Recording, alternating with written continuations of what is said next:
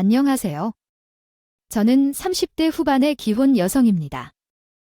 요즘 사연 라디오를 듣다 보면 가족 갈등, 세대 갈등, 동서 갈등 등 시댁과 관련된 이야기가 많이 나오더라고요. 물론 제 경우는 결혼 전에 상대와 헤어졌지만 지금도 가끔 생각하면 사랑의 맹세에 눈이 멀어 결혼했었다면 어땠을지 아찔하네요. 결혼 전에 상대나 상대 집안의 모습을 알 수 있기 때문에 그런 갈등이 발생하는 것일지, 혹은 결혼 후 아이를 낳기 전에 발견해 헤어지는 경우도 있다는 생각이 들어서 그런 것일지 궁금해요. 오늘은 제가 말씀드릴 이야기도 이런 부류에 속하지 않을까 싶어요. 제 시제가 된 사람들의 이야기를 들어볼까 합니다. 제 아버지는 정육점을 운영하셨어요. 정육점은 증조 할아버지 때부터 내려오는 가게로요. 요즘에는 정육점이 그냥 식품업의 하나일 뿐이지만 예전에는 망일이라는 인식이 강했어요. 정육업계에서 일해보신 분들은 굳이 아실 것 같아요. 그 일은 정말 힘들고 어려운 일이거든요. 그래서 내려온 가게를 함께 이어간 할머니와 엄마도 힘써왔고 여장부의 이미지도 강했어요. 또한 외동딸로 태어난 저도 어렸을 적부터 골목대장 노릇을 하면서 성장고난 과정을 겪었던 주인공은 아버지가 가진 관습과 편견으로부터 자유롭게 자라난 따라하기 어려운 캐릭터다. 아버지는 딸에 대해 농담스럽게 이야기하며 얌전하게 자라기 바라는 것 같지만 딸의 열정과 자유로운 정신에 대해 이해하지 못한다. 이러한 가정 환경으로 인해 주인공은 자신의 정체성을 찾아가는 도전을 겪게 되지만 결국은 자유로운 삶을 선택하게 된다.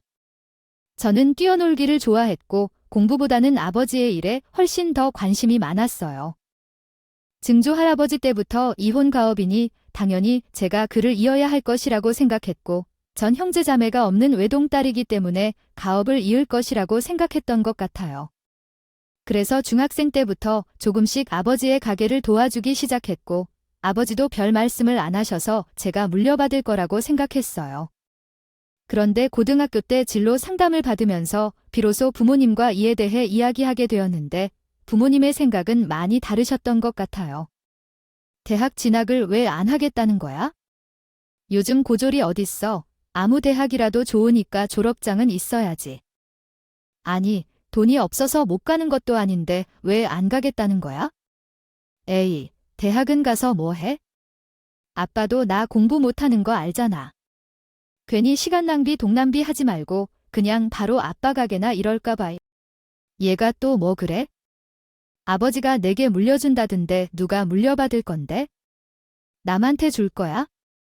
이 집의 자식은 나뿐인데. 요즘 세상이 얼마나 달라졌는데. 아이가 정육점을 운영하겠다고 뭐 소리야? 너 일 좀 도와주는 것과 차이가 있어? 내가 남녀 차별 없이 키웠다지만 여자랑 남자는 기본적으로 상황이 다르다는 걸 아세요. 아버지께서 일에 대해 깨끗이 알고 계시니까 여성이 알면 한계가 있다는 걸 알 거예요. 그래도 쉬운 걸 모른 채 하고 품바른 신랑한테 하나 끌어오면 사위한테 빌려줄 건지. 아, 그것은 어디에 있어요? 제가 지금까지 상가를 상속받을 생각만 하고 있었어요. 나이가 좋아한다는 말이에요. 제게 빌려주세요. 아이고 그런 때는 없는데. 나 홀로 김치국에 퍼서 있어요. 아이고 딸님이 욕심이 많아서 어떡하죠? 아버지 놀리지 말고 말해요. 요즘 대학은 시대가 변하면서 그냥 단순히 생고기를 잘라 판다고 하는 세상이 아니에요. 아니에요. 마케팅도 알아야 하고요. 그래서 상점을 상속받고 싶다면 트렌드에 맞게 경영학이나 다니면 돼요. 경영학을 쓰려면 머리가 좋아야 한다는 말이에요. 아니, 그 애가 그 정도 노력 없이 상속하려고 했다는 말이에요. 아버지 분명히 틀린 게 없어요. 그 친구 때는 난 2학년이었지만 사실 지금서야 공부 시작하기에 너무 늦은 것 같아서요. 부모님을 인정받기 위해 임해야겠다는 마음으로. 정말 악착같이 공부해서 그렇게 대단한 대학은 아니었지만 꽤나 괜찮은 서울대 경영학과에 합격했어요. 아버지는 실무 담당자를 뽑아서 쓰는 게 중요하다고 생각하셨는데 저도 아빠의 기대에 부응하기 위해 열심히 공부했습니다. 학교에서 배운 것을 현장에서 바로 응용하며 실전 경향을 배워가면서 학업도 잘 따라갔어요. 교수님들도 제 실무 능력을 높게 평가해 주셨고 실기 시험을 잘 보면서 대학 생활도 순조롭게 보냈습니다. 아버지의 가게를 도와나가면서 주로 홍보, 마케팅, 예산 편성, 사업 확장 계획 등을 맡았어요. 아빠의 가이드를 받아가면서 배우고 실수를 고쳐가는 과정이 많았는데 도전의 의미를 느꼈어요. 아버지는 실무 경험이 풍부하셔서 실무에 적용하는 것보다는 미리 예습하는 개념으로 배워나가는 데 중점을 뒀습니다. 아빠는 스마트폰과 컴퓨터 사용에 익숙하지 않으셨는데 그 덕분에 저도 새로운 것을 배우며 성장할 수 있었어요. SNS나 블로그 마케팅 전단지 배포 등 홍보 업무는 제가 거의 전담하게 되었죠. 아빠의 정육점은 원래도 단골 손님이 많기는 했지만 제가 홍보를 적극적으로 진행한 덕분에 먼 동네에서 소문을 듣고 찾아오는 손님도 점점 늘어나기 시작했고 덕분에 사업은 성공적으로 운영되고 있었습니다. 남자친구와는 바로 아빠의 가게에서 손님으로 만나게 된 사이예요. 당시 전 대학 졸업반이었고 저보다 3살 많은 남자친구는 군대를 제대하고 행정고시를 준비하는 공시생이었는데요. 집안 분위기 자체가 파워 넘치는 데다가 할아버지도 아빠도 우락부락한 체격의 험한 인상인데다 워낙 활발한 성격의 남자들에게 동성처럼 여겨지기 일쑤였던지라 변변하게 연애조차 못해본 채 눈은 정말 남자친구가 캔디에 나오는 테리우스처럼 멋지고 우아한 왕자님처럼 보이더라고요. 늘씬한 몸매에 척 봐도 나 똑똑해요. 아우라를 뿜뿜하는 외모와 조곤조곤한 말투까지 한마디로 제가 첫눈에 반한 거죠. 아빠, 아까 그 손님 봤어. 마카페에서 영어 신문에 에스프레소 마실 것 같은 이미지였지 않아? 뭔 소리야? 너 저런 새님이 취향이었어? 아, 원래 사람은 나랑 정반대인 사람한테 끌리는 법이라잖아. 나도 우악스러운데 남자도 같이 우악스러우면 어떡해? 싸움이라도 나면 육탄전 벌어질 거 아니야? 누가 감히 내 딸을 때려? 아니 말만 해. 내가 고기 다지는 방망이를 들고 가서. 그냥 아이 말이 그래서 완전 이상해요. 전화번호라도 물어봤어야 했는데 아이는 아빠 앞에서 아무 소리도 못 내네요. 아이도, 아빠도, 딸도 24세인데 아직은 못소리예요. 저도 연애하고 싶어서 전화번호 물어봤어야 했는데 후회하고 있어요. 그런데 테리우스는 2주 만에 다시 찾아왔어요. 안녕하세요. 전에 살던 곳 부모님께서 고기가 너무 맛있다고 좋아하셔서요. 이번에도 좋은 고기 부탁합니다. 스테이크용 안심 부탁드릴게요. 전화번호 알려주실 수 있나요? 뜬금없는 말에 저도 당황했고 고기 달라고 했더니 작업권이 여자한테라고 남자친구도 당황해하며 대답하다가 귀신처럼 놀랐어요. 서로 눈만 바라보며 오랫동안 웃었고 남자친구도 기분 좋게 전화번호를 알려주고 갔어요. 덤을 너무 많이 주다고 아빠한테 잔소리를 들은 것은 덤이겠지만요. 여자친구와 남자친구는 그렇게 연애를 시작했어요. 당시 남자친구는 명문대를 나와 행정고시를 준비하는 취준생이었고 저는 졸업을 앞두고 있었지만 이미 아버지의 가게를 물려받아야 할 결심을 했어요. 서로의 상황에 관해서는 신경 쓰지 않았어요. 서로에게 충실한 만남 같았어요. 남자친구는 첫인상 그대로 온화하고 다정한 성격, 명문대 출신으로 똑똑하고 지적인 면모가 매력적이었습니다. 남자친구도 나와는 다르게 활달한 모습을 매력으로 여겼어요. 하지만 처음에 진짜 황당하게 꾸셨죠. 전화번호를 주는 게 어떻게 결정된 거죠? 솔직히 나 같으면 안 줬을 것 같다고 생각해요. 그러자 남자친구는 나를 보며 대답했어요. 내 차를 기다리느라 줄 서서 널 보고 있었었잖아. 나도 손님들 대하면서 생글생글 웃는 게 가식처럼 느껴지지 않아서. 아, 밝은 에너지가 있는 사람이구나. 그래서 난 처음부터 눈길이 갔어요. 나는 차분한 성격이라 여자들이랑 친해지기 어렵다는데 남자친구의 적극성과 활달함에 고마움을 느꼈어요. 서로의 개성을 장점으로 생각해주고 서로의 부족한 부분을 채워줄 수 있는 사람이었죠. 탈이 많은 나와 탈이 적고 조금 부족한 남자친구의 만남은 우연했지만 운명이었다고 생각해요. 그렇게 나오랫동안 교제를 이어갔고 남자친구 부모님께서 저희 매장을 좋아해 주셔서 어느 날은 남자친구로 어느 날은 손님으로 오면서 아빠나 다른 가족들과도 친해졌어요. 엄마와 아빠 역시 제게 대접을 좋아해 주셔서 과연 누가 저를 따라가게 될지 심각하게 걱정했는데 남자친구를 마음에 들어 하셔서 고마워했어요.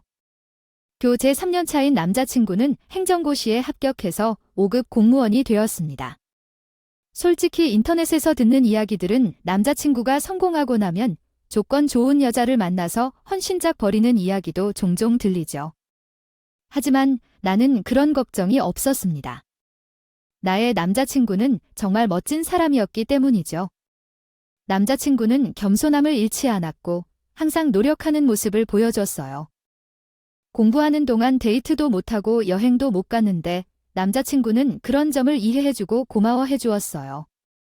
이제 나도 공무원이 되어 더 바빠졌지만 서로를 이해하고 응원해주면서 지내고 있어요. 그 제자친구의 그러한 배려와 선함이 나를 더욱 더 깊은 사랑에 빠지게 만들었습니다. 그렇게 7년 동안 나와 제자친구의 사랑은 7년의 시간 동안 변함이 없었고 서로 말은 하지 않았지만 언젠가 결혼할 것이라는 생각을 은연중에 해왔던 것도 사실입니다. 어디 가서 이렇게 나에게 딱 맞는 사람을 또 만날까 이 사람을 보내고 나면 다음이 있을까 하는 생각도 들었고요. 만난 지 7년째 되던 해, 이번에는 제 남자친구가 먼저 입을 열었습니다. 우리 이제 결혼할까? 뭐, 정말이야? 너의 20대를 다 가지고 놓고 모른 척할 정도로 하나 그렇게 경험 없는 놈 아니야? 너도 내가 힘들 때, 지칠 때 늘 변치 않고 곁에 있어줬고 나 이제 직장 생활 적응도 잘했고 순탄하게 가고 있잖아. 지금이 저기가 아닐까 해. 내 나이도 이제 30 중반인데. 물론 내 생각을 존중해야겠지만 아마 더 늦기 전에 너랑 결혼하고 우리 이세도 보고 싶어. 싫을 리가 없잖아. 오빠가 풀어보지 않으면 내가 해야겠다니까. 화려한 다이아몬드 반지도 눈물 쏙 빼는 이벤트도 없는 수수한 청혼이었지만 정말이 사람답다고 생각했어요. 그런 호화찬란한 것을 바란 적도 없었고요. 그렇게 우리는 결혼을 약속하게 되었고 7년을 손님으로서 또 딸로서 함께해 나아가기로 약속했습니다. 남자친구의 부모님도 잘 되셔서 축하를 해주셨어요. 아버님, 저는 수진이와 결혼하고 싶습니다. 저는 대단한 재벌가 아들은 아니지만 수진이를 대단한 호강을 해주진 못할지라도 행복하게 살 수 있도록 최선을 다하겠습니다. 무슨 우리가 그렇게 오래 알아본 사이도 아니고. 그렇게 긴장을 하나 당신이 별로라면 만나지도 않았을 것이다. 당연히 합격이지. 앞으로 우리 부인님 잘 부탁할게요. 감사합니다. 아버지, 아유, 제게는 가게 경영에만 관심이 있고 집안일에는 전혀 관심이 없는데 아휴, 신부 수업이나 학원에 보내야 할까요? 위험한 일인데 걱정부터 되네요. 강자, 걱정하지 마세요. 장모님도 가끔 냄비를 태워 먹지만 잘 살고 계시니까요. 아휴, 아우디 탄 냄비로도 한번 데쳐보겠어. 아이고, 이거 봐봐. 수진이가 제 한 말 꼭 빼다 봐봐가지. 제 부모님은 특유의 호탕함으로 10분 만에 결혼을 허락해 주셨어요. 하지만 이렇게 인생이 쉽게 풀릴 리가 있을까요? 사실 남자친구가 행정고시에 합격했을 때부터 제게는 약간의 고민이 있었어요. 연봉은 대기업 임원급으로 높지는 않지만 평일에는 기본급을 넘는 연봉을 받으며 공무원이라는 안정적인 직업에서 정년까지 일할 수 있는 안정성을 보장받는다. 요즘에는 공무원이 최고의 결혼 상대라는 이야기도 있다. 하지만 제가 졸업 후에는 아버지의 사업을 도와왔지만 어떤 특별한 직책도 맡지 않았기 때문에 그냥 아버지의 가게를 돕는 딸보다 높은 위치에 있지 않았다. 우리 집은 경제적으로 어느 정도 여유가 있어서 용돈을 아버지에게 받았지만 공식적으로 아직 취업 준비 중인 상황이었다. 결국 나는 부모님의 사업을 물려받더라도 그것은 아버지의 사업이지 내 사업은 아니라는 사실을 인지하고 있었다. 나는 사회적인 성공을 거둔 남자친구와의 관계에서 애매한 위치에 있다고 느꼈다. 결혼은 사랑이 아니라 현실이라고 생각했기 때문이다. 그리고 그건 내게 현실로 다가왔다. 쓰다듬기에지만 남자친구가 사실 여자친구가 있는 걸 부모님께 말하지 않았던 것을 나는 결혼을 고려하기 시작했을 때야 알게 되었다. 행정고시 준비 기간이 길었고 그의 사랑이 우리 집 가게 손님이기 때문에 서로가 서로를 자연스럽게 알게 되었다. 상대에 대한 정보를 숨기지 않고 공개적인 관계에서 만난 것은 특별한 상황이었다. 결혼을 진지하게 논의할 때 너무 믿기 어려운 느낌을 받았다. 부모님께 여자친구가 있다는 사실, 무려 7년째 만났다는 사실을 말하기 전에 결혼 약속을 하고 예비처가의 허락을 받았다는 사실을 모두 이야기한 후 남자친구의 표정은 정말 좋지 않았습니다. 그 순간부터 모든 것이 잘못되고 있다는 것을 알았어요.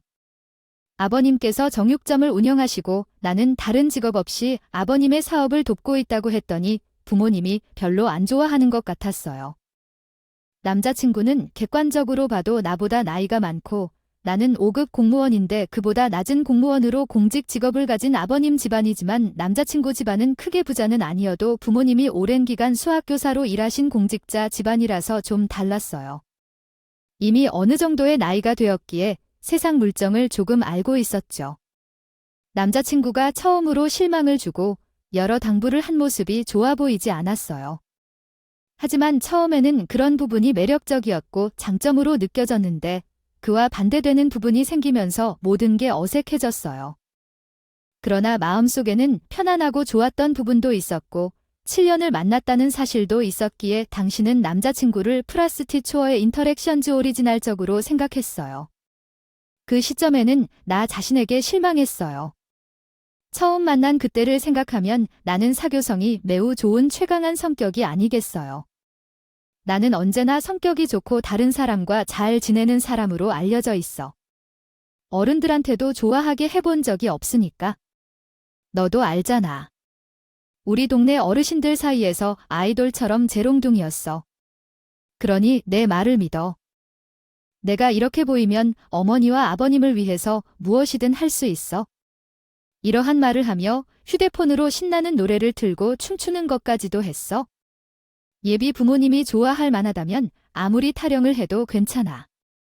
영 소심해 보이던 남자친구도 마침내 웃기 시작하며 말했어.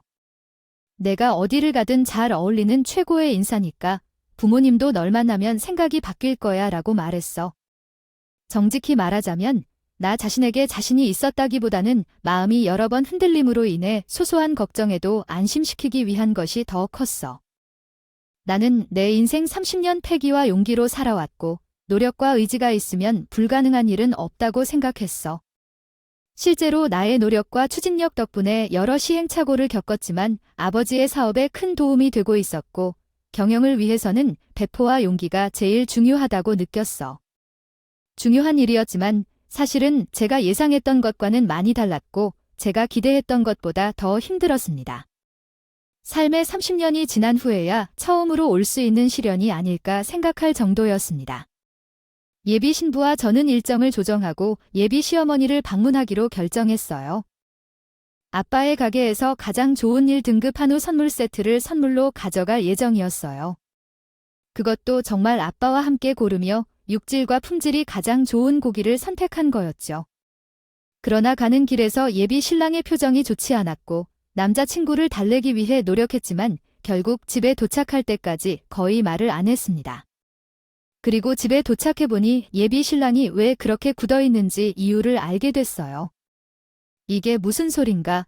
여기가 어디라고 감이 오는 건데 하시면서 선물 상자를 집 밖으로 버리듯이 던지셨어요. 정말 매우 충격적인 상황에서 제가 멍하니 있었어요.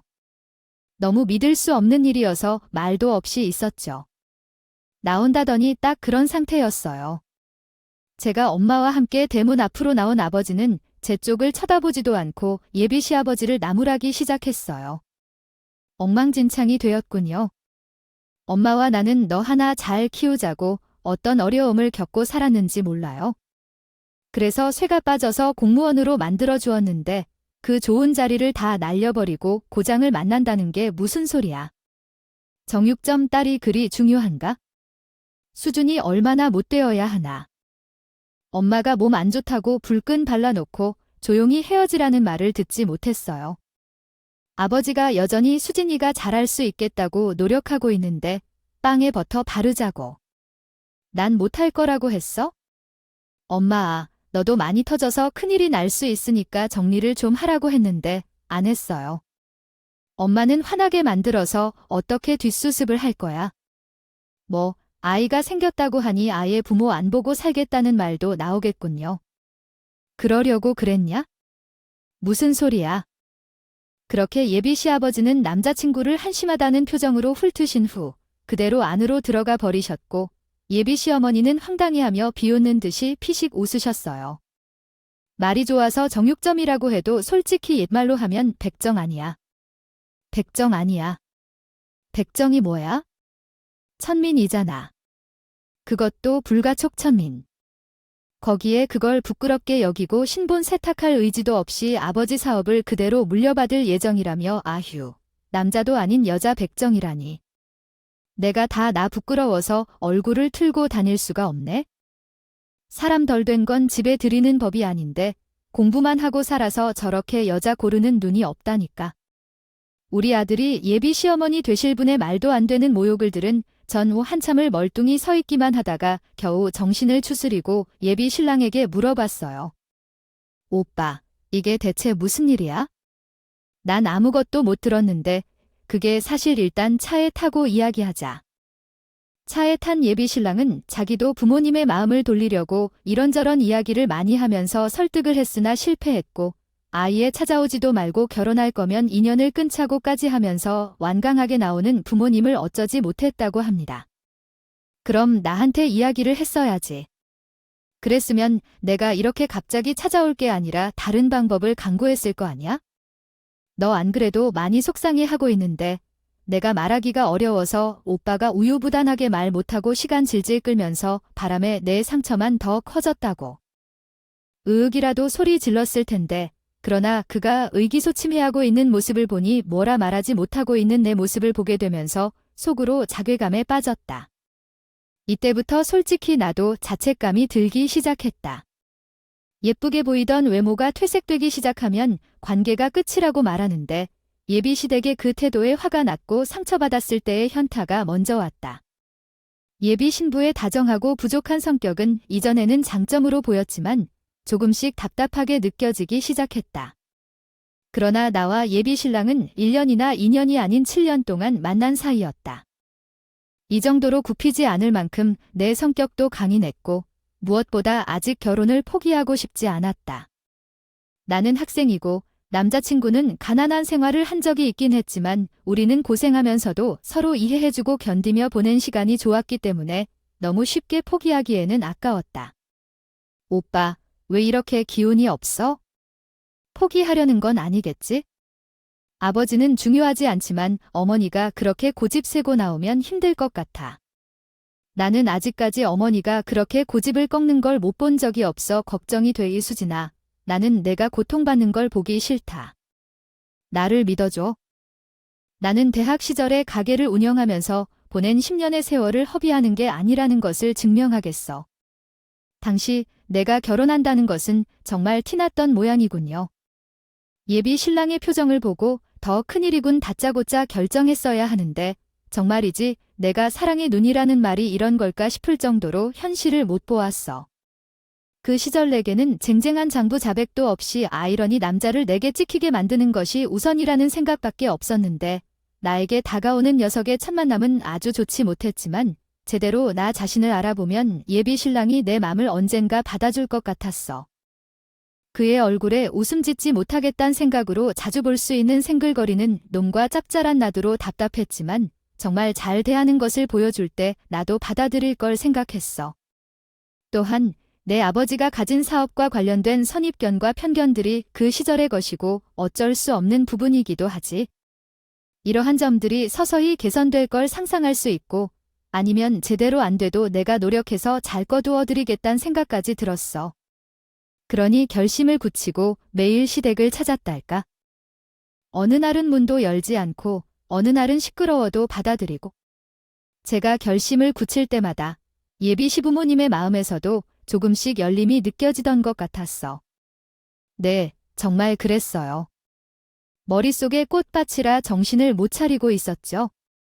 엄마야, 설거지가 많이 쌓였네. 제가 해줄게. 오늘은 날씨도 좋은데 대청소 한번 하면 좋을 것 같아. 매일 출근해야 하는데 이렇게 먼저 일을 하기 힘든 게 싫어. 처음에는 어머니가 인생을 구걸하느라고 생각했는데 어느 날 어머니가 나를 가정부처럼 생각하고 대하는 걸 깨달았어. 식구들이 모이는 날 대청소 좀 하자고 생각해서 고기를 샀는데 어머니는 그것에 관심을 보였어. 그래서 이야기해보라고 하셨나요? 함께 계속해보죠. 막말을 퍼부으셨죠 하기엔 백정짓는 창사 치짓이나는 것이라도 참으려면 힘겹네요. 자존심 뭐 그런 것은 식탁에도 올리기 전에 가지고 가야지. 그래도 전 여기서 얼굴 굳히면서 노력했지만 정말 참기 힘들었어요. 예비 장모님이 마지막으로 말씀하신 건 너무 참을 수 없었어요. 작은 물고기들도 눈치 주지 않는 모습들이 모든 게 그렇다는데 천행은 제게 뭐 중요한 가르침을 줬는지 정말 진리가 아니더라니까. 천안태생은 어떻게든 숨길 수 없다는 건 진리니까 어머니 지금 진심으로 말씀하세요? 왜 눈을 그렇게 떠요? 뭐 틀린 말 한 게요? 어머니 하면서 짓거리는 소리에는 일일이 대답 안 했더니 정말 널 어떻게 대할 줄 알았는데.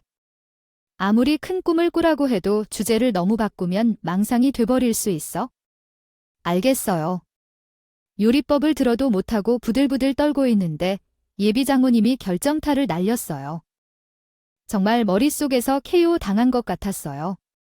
그때 생각하면 진짜 피가 거꾸로 솟는 것처럼 아찔하다. 다시 생각해도 열이 받아서. 너 하는 걸 보니까 내 부모님이 뭘 가르쳐서 살았을지 뻔하다. 손이며 옷이며 집안의 짐승 피냄새로 가득할 거고 천국이라 해도 어떻게든 먹고 살아보자고 남들에게 꿈틀꿈실 꼴에 당하면서 살았겠지. 5급 공무원 사모님이 너처럼 천 사람을 내어야 되겠어. 어디 모임이라도 나갈 수 있겠느냐 말야. 그랬다가 다들 널 초대객이 아니라 메이드일 줄 알걸. 그러면서 예비 시어머니는 신성한 사람처럼씩 웃기 시작하더군요. 깊이 한숨을 하며 그렇게 하다가 어른인데 지르지 말자 하고 참았지. 평소라면 호감에 가까울 정도로 살갑게 웃으면서 말하는 사람이 삼가 가득하고 가타부타 말도 없이 다가오니까 예비 시어머니도 뭔가 이상한 걸 느끼는 모양이었나 봐. 절 비웃던 행동을 멈추고 의아한 표정을 지었어. 주방에서 나와 거실로 나가서 소파 밑에 있는 가방에서 종이뭉치 하나를 꺼내서 다시 주방으로 가는 나였어. 넌 이제 정신도 좀 오락가락하니까 지금 너무 신경 쓰지 마세요. 저는 이야기를 즐기는 것이 중요하다고 생각해요.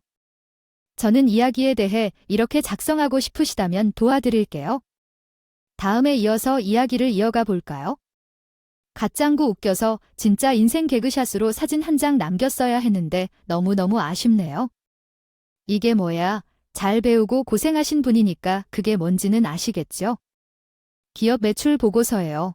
작년 한 해 아버지 회사 매출액을 기록해서 정리한 보고서죠. 1년 매출액이 이거 아니야? 위조라뇨. 제가 그런 짓을 어떻게 해요? 어머님 말씀대로라면 무식한 천것이라 그럴 능력도 없을 텐데. 못 믿겠으면 인터넷에 회사 이름 쳐보세요. 예비 시어머니는 제 말이 끝나기가 무섭게 후다닥 자기 휴대폰을 집어 인터넷에 검색해보고는 휴대폰을 한 번 보고 저를 한 번 보고 매출 보고서를 한 번 보고 그걸 10분 동안 무한 반복하시더라고요. 맞습니다. 사실 저희 아빠는 정육점을 하나 가지고 계신 게 아니라 전국 체인을 가지고 있는 육가공 브랜드의 오너셨어요. 할아버지 때까지야 그냥 동네에서 잘 나가는 정육점 수준이었던 건 맞지만 아빠가 항상 저에게 말씀하시던 경영 트렌드라는 것을 아빠는 몸소 실천하셔서 사업을 확장하고 브랜드 하셨거든요.